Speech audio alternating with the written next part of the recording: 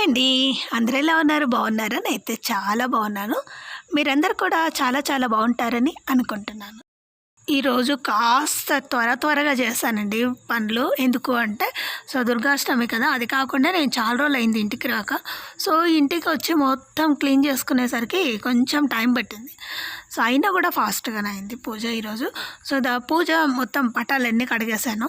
కడిగేసిన తర్వాత ఫైనల్‌గా పూలన్నీ తెచ్చి కుట్టేసి దేవుడికి పెట్టేద్దామన్న ఉద్దేశంతో పూలు తెంపుతున్నా అనమాట. కనకాంబరాలన్నీ తెంపేశాను.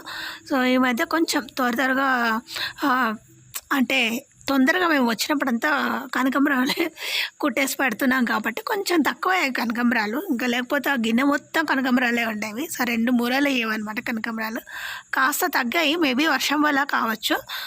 మనకు రోజు ఎప్పుడు ఉండేది మాత్రం మల్లెపూలు, అవి కూడా కాకడాలు. ఎప్పుడు చూడు పూస్తూనే ఉంటాయి. నాకైతే చాలా సంతోషంగా అనిపిస్తుంది. మా కాలనీ వాళ్ళు కూడా చెప్తూ ఉంటారు, మీ చెట్టు ఎప్పుడు చూడు విరగాస్తూ ఉంటాయి మీ ఇంట్లో పువ్వులు అని. నేను అలా పెట్టేసుకుంటానండి. ఎందుకు అంటే మనం ఎప్పుడు బయటికెళ్ళి కొనుక్కొని వచ్చి దేవుడికి పెట్టేంత ఓపిక ఉండదు అప్పుడప్పుడు. మన పనుల వల్ల అంటే మనం చేసే పనులను బట్టి మన పరిసరాలను బట్టి మనం ఉపయోగించుకోవాలన్నమాట. నేను ఒకప్పుడు రెంట్‌కుండే ఇంట్లో కూడా నేను చిన్న కుండీలు పెట్టేసి వాటిలోనే గులాబీలు, కనకాంబరాలు, బంతులు, చామంతులు వేసుకొని పెట్టేదాన్ని. ఇప్పుడు ఇల్లున్నా లేకపోయినా సరే, అంటే మనకు సొంత ఇల్లున్నా, అంటే ఇంటి చుట్టూ ప్లేస్ ఉన్నా లేకపోయినా సరే, నేను రెంట్ ఇంట్లో కూడా చాలా ఇండ్లే ఉన్నాము. దాదాపు 6 ఇయర్స్ అలా ఉంటాము రెంట్‌కు. అప్పుడు ఉన్నప్పుడు కూడా నేను ఎప్పుడూ బయట కొనింది చాలా చాలా రేరు. ఇన్నేళ్లలో మహా అంటే ఒక 9 టైమ్స్ 10 టైమ్స్ అలా కొని ఉంటాము. అది కూడా బంతి పూలు కొంటాము. మిగతా అంటే మన ఇంట్లోనే ఉంటాయి. వాటినే పెట్టి నేను ఎప్పుడు పూజ చేస్తున్నాను అనమాట. ఫైనల్గా ఈరోజు పటాలన్నీ కడిగేసి, అదే విగ్రహాలన్నీ కడిగేసి పూజ చేసి మళ్ళీ ఇంటికి వచ్చేసాము. ఎందుకంటే చాలా రోజులైంది. మళ్ళీ పండగ రోజు కడగడానికి కుదరదు. ఇక్కడ అక్కడ పూజ చేయడం కష్టం అవుతుంది. కాబట్టి ఆ ఇంట్లో ఉందంతా కడిగేసి క్లీన్ చేసి వచ్చి ఇంకా ప్రతి వీక్ వెళ్ళలేకపోతున్నాం. ఈ వీక్ కొంచెం లేట్ అయింది ఈసారి వెళ్ళడం. దానివల్ల మొత్తం కడిగేసి అక్కడ పూజ చేసి వచ్చేసారనమాట. రాగానే ఇంకేం చేస్తాం మన ఇంట్లో ఈరోజు మునగాకు ఫ్రై అనమాట. ఫస్ట్ నూనెసి తాలింపు గింజలేసి కొంచెం మినపప్పు వేసాను. మినపప్పు వేస్తే అక్కడక్కడ క్రంచీగా తగులుతూ ఉంటుంది మినపప్పు. అలాగే కొంచెం శనగపప్పు వేసాను. కొంచెం అంటే ఒక గుప్పెడు అనుకోండి మినపప్పు కొంచెం వేసాను. వేసి ఇప్పుడు బాగా కడిగి పెట్టుకున్నటువంటి ఉంటుంది కదా ఆకు, దాన్ని కూడా వేసేసి బాగా కొద్దిసేపు ఫ్రై చేసుకోవాలి. ఫ్రై అంటే నూనె వేసి ఫ్రై కాదు, కొద్దిగా ఆయిల్ వేసి దాన్ని పచ్చివాసన పోయేంత వరకు వేపుకోవాలి. ఫస్ట్ హైలో పెట్టుకోవాలి, తర్వాత సిమ్లో పెట్టుకోవాలి. తర్వాత అదంతా కొంచెం ఫ్రై అయిపోయిన తర్వాత కారం, ఉప్పు, కాస్త పసుపు వేసుకొని మొత్తం తిప్పేసుకోవాలన్నమాట. తిప్పేసుకుంటే ఏమవుతుందంటే ఇప్పుడు మంట తగ్గించుకోవాలి. మంట తగ్గించుకొని మళ్ళీ కాసేపు సిమ్లో పెట్టేసుకుంటే ఆకుకూర రెడీ. చాలా చాలా త్వరగా అవుతుంది. ఈరోజు అన్నీ మన ఇంట్లో ఉండేటువంటివే, అంటే మన పొలంలో ఉండేటువంటి. నేను కూరగాయలు కూడా చాలా తక్కువగా కొంటాను. ఎప్పుడైనా సరే అక్కడైనా ఎక్కడైనా సరే మనం పండించి మనం తింటే ఆనందమే వేరు. పైగా మనకు కెమికల్స్ తింటున్నామన్న ఫీలింగ్ కూడా రాదు. మేము ఇక్కడ కూడా మా పొలంలో కూడా మేము కెమికల్స్ చాలా తక్కువ వేస్తాము. మేము పెండ, ఎరువు, ఆవు ఏమంటారు ఆవు మూత్రము అవన్నీ వేసే పండిస్తామన్నమాట. 95% అదే ఉంటుందండి. ఇప్పుడు ఇంకా మునగాకు చేసాం కదా, మన దగ్గర మునగాకు, వాక్కాయలు, అరటికాయలు ఇప్పుడు ఉన్నాయి ప్రజెంట్గా. ఇంకా అవి కూడా ఉన్నాయి. చామదుంపలు ఇంకా రాలేదు, చామాకు మాత్రమే వస్తుంది. పప్పులో ఏమో చామాకు వేస్తున్నాను, లేదు తోటకూర అక్కడ పీక్కొచ్చేసేస్తున్నాను. అలా ఒక్కరోజు మార్చి డిఫరెంట్గా చేస్తాను. ఒకే రోజు ఒకలాగా అస్సలు చేయను అనమాట. ఇందులో వచ్చేసి లైట్గా కొబ్బరి ఫ్రై చేసి నువ్వులు వేసి కారం, ఉప్పు వేసి మళ్ళీ ఒకసారి నీళ్ళు పోసి మిక్స్ పట్టేసుకొని పక్కన పెట్టేసుకున్నాను. ఆలోపు మనం పెట్టుకున్నటువంటి ఆకుకూర కూడా మగ్గిపోయింది అనమాట. ఇది వచ్చేసి చెప్పాను కదా మునగాకు ఫ్రై అని. మునగాకు ఫ్రై వచ్చేసి నేను ఫస్ట్ టైం చేస్తున్నాను, ఎప్పుడు పచ్చడి చేస్తాను. ఎలా ఉంటుందో ఏమో ఇంట్లో వాళ్ళు అనుకున్నాను. చాలా బాగుందని చెప్పారు. కొంచెం చిరుచేదుగా ఉంటుందండి అది, కాకపోతే దానికి కొంచెం కాస్త కొంచెం నూనె ఎక్కువ వేసి చేస్తే బాగుంటుంది. సో కొంచెం ఫ్రై చేయాలి ఫస్టే ఉప్పు కారం వేసి చేస్తే అస్సలు బాగుండదు అనమాట. నేను చూపించిన విధంగా చేస్తే సూపర్ టేస్ట్గా ఉంటుంది. ట్రై చేయండి.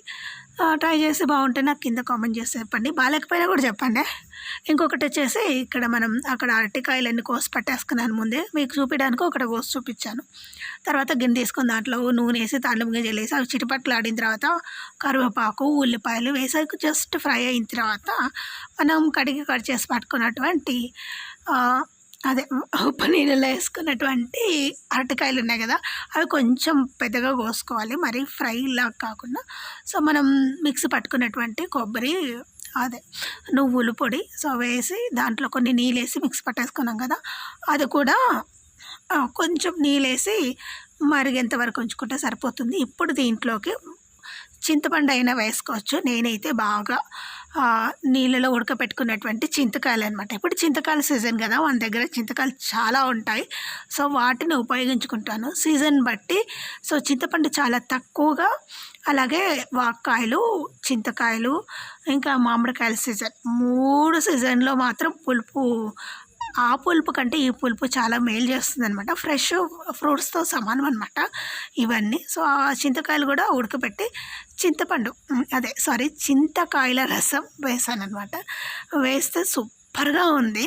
సో చాలా డిఫరెంట్ టేస్ట్ వస్తుంది అనమాట. చింతకాయలతో అరటికాయ ఈగురు అంటారా లేదా కర్రీ అంటారా, లేదంటే అరటికాయ కర్రీ పులుసు అని అంటాం అనమాట. చింతకాయల పులుసుతో అరటికాయ కర్రీ సూపర్గా వచ్చింది. చపాతీ జోన్ రెడ్డి ఇంకా జస్ట్ ఏమంటారు జీరా రైస్ కానీ ఇంకా వెజిటబుల్ రైస్ కానీ ఇలాంటి వాటిలో సూపర్గా ఉంటుంది. సో ట్రై చేసి చెప్పండి, చాలా బాగుంటుంది. మన దగ్గర ఉండేటువంటి బిర్యానీ కొద్దిగా చెట్టు అది కొంచెం లైట్గా ధనియాల పొడి వేసేసుకొని ఫైనల్గా నూనె పైకి తేలేంత వరకు ఉంచుకుంటే సరిపోతుంది. తప్పకుండా మీకు వీడియో నచ్చిందని అనుకుంటాను. నచ్చితే తప్పకుండా లైక్ చేయండి, షేర్ చేయండి, అలాగే సబ్స్క్రైబ్ చేయడం మాత్రం అస్సలు మర్చిపోకండి.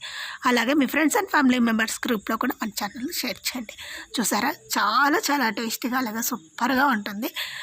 ఇంకా తర్వాత వచ్చేసి ఈరోజు బొప్పాయిలు నాటుతున్నాము. ఆ బొప్పాయిలు చెట్లు ఎందుకంటే ఇంతకుముందు నాటాము, నేను మీకు చూపించలేదు.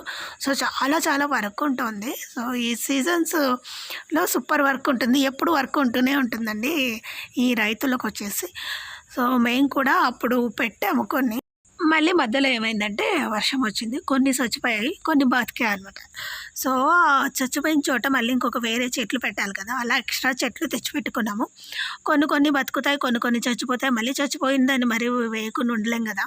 సో అలాగే జామైనా ఏదైనా సరే మళ్ళీ రీప్లేస్మెంట్ చేయాలి కాబట్టి సో చచ్చిపోయిన చెట్ల దగ్గర మళ్ళీ అవి తీసేసి మళ్ళీ కొత్త చెట్లు వేస్తూ ఉన్నాం అనమాట. సో మా రొటీన్ వర్క్ ఇలాగే ఉంటుందండి. 24 అవర్స్ అని చెప్పాను కానీ మినిమం 10 అవర్స్ అన్న పొలంలో ఉంటాం మేము, మార్నింగ్ నుంచి 6 వరకు అనమాట. ఇంకా నేనైతే చాలా తక్కువ ఉంటాను. వంట చేసిన తర్వాత మేబీ ఒక 1 అవర్ అలా స్పెండ్ చేస్తానేమో. ఇంకొంచెం ఎక్కువ పని ఉందంటే మాత్రం ఎక్కువగా ఉంటాను. సో మా వారైతే మార్నింగ్ 5 నుంచి ఈవినింగ్ 6-6:30 వరకు అక్కడే ఉంటారనమాట. సో అంతే అండి వీడియో. మళ్ళీ నెక్స్ట్ వీడియోలో కలుసుకుందాం. అంతవరకు ఉంటాను, చూస్తూ ఉండండి. Thank you and bye.